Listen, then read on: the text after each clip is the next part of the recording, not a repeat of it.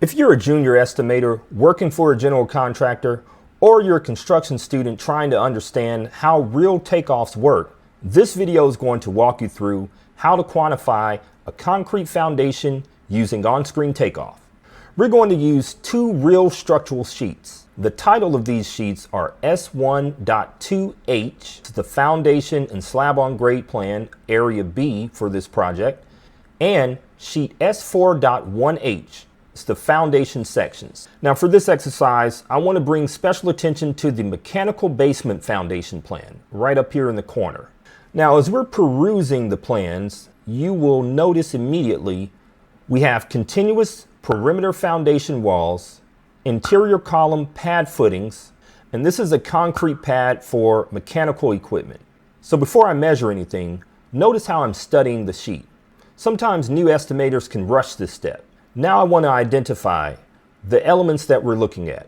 So along the perimeter, you'll see thickened, continuous concrete supporting foundations. And you'll see this because of the dashed lines. That means this is something below the ground that we're looking at. Now let's clarify some terminology. This is a strip footing. This typically supports a continuous wall directly on soil. Now don't get this confused with a grade beam. A grade beam looks similar, but a grade beam spans between piers and can be structural. On this sheet, what we're seeing functions more like a continuous spread footing under the walls. Now we'll use the detail sections to confirm dimensions. We also have isolated spread footings. A spread footing is a widened concrete base that distributes the column load over the soil. These are individually dimensioned and referenced to the structural details. This plan also shows slab areas between the foundations. Slab on grade is concrete poured directly over a prepared subgrade or base. This thickness is also confirmed in the structural details or in the notes. Never assume the slab thickness from memory.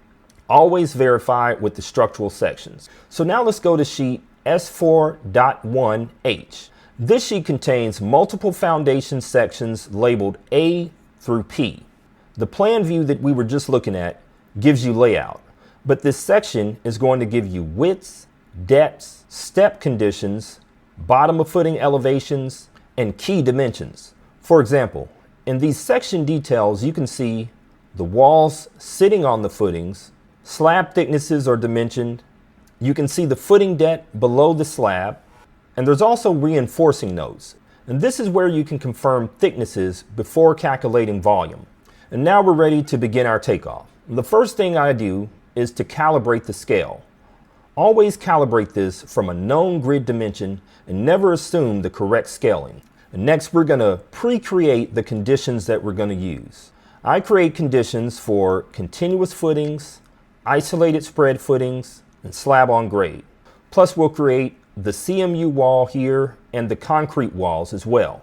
Now I'll reference this schedule, which is like a table. That's going to tell you all of the sizes and dimensions so that I can enter them into my condition. Now, I trace the continuous perimeter footings. In OST, I measure the total linear footage.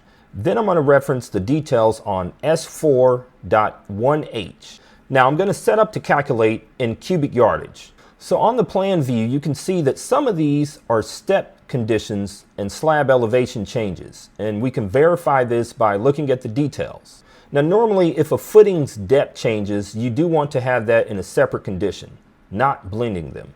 Now I'm going to isolate the interior pad footings. Each one is dimensioned on the plans, and we can look at the schedule to get the exact size. Now again, we're not counting rebar here. We're quantifying in cubic yards only. Now we have the slab area. In OST, I'll switch to an area takeoff. So referencing my details, I can see that the slab falls within this boundary. I want to make sure that I'm entering the correct slab thickness confirmed here by this note. Now, if you have different slab thicknesses, then you'll want to separate those. Never average slab thicknesses. That's how your budget drifts. So when I was estimating, this is the exact process that I repeated thousands of times. Most mistakes don't happen in measuring.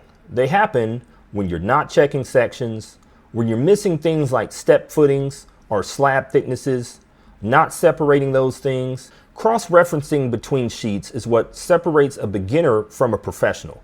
If you're just starting out in estimating and someone notices that you can open and read plans confidently and cross-reference details, plus if you can organize your conditions in programs like OST and produce clean cubic yardage totals, then you're already ahead of most entry-level estimators. Concrete foundations are literally the foundation of a building.